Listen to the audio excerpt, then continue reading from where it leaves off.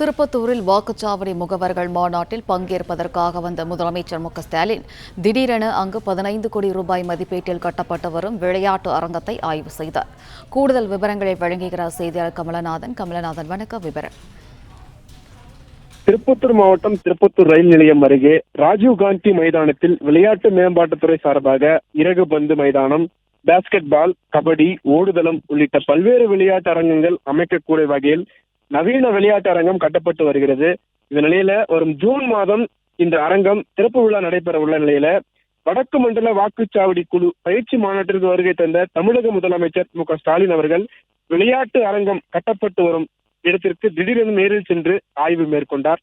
இதனுடன் திருப்பத்தூர் மாவட்ட ஆட்சியர் மற்றும் பொதுப்பணித்துறை அமைச்சர் எவவேலு உடன் மற்றும் வருவாய் ஆய்வாளர் நாராயணன் உள்ளிட்டோர் பலர் இருந்தனர். பிளே ஸ்டோர் மற்றும் ஆப் ஸ்டோரில் இருந்து பாலிமர் செயலியை QR கோடு மூலம் பதிவிறக்கம் செய்யுங்கள். செய்திகளை உடனுக்குடன் பெறுங்கள்.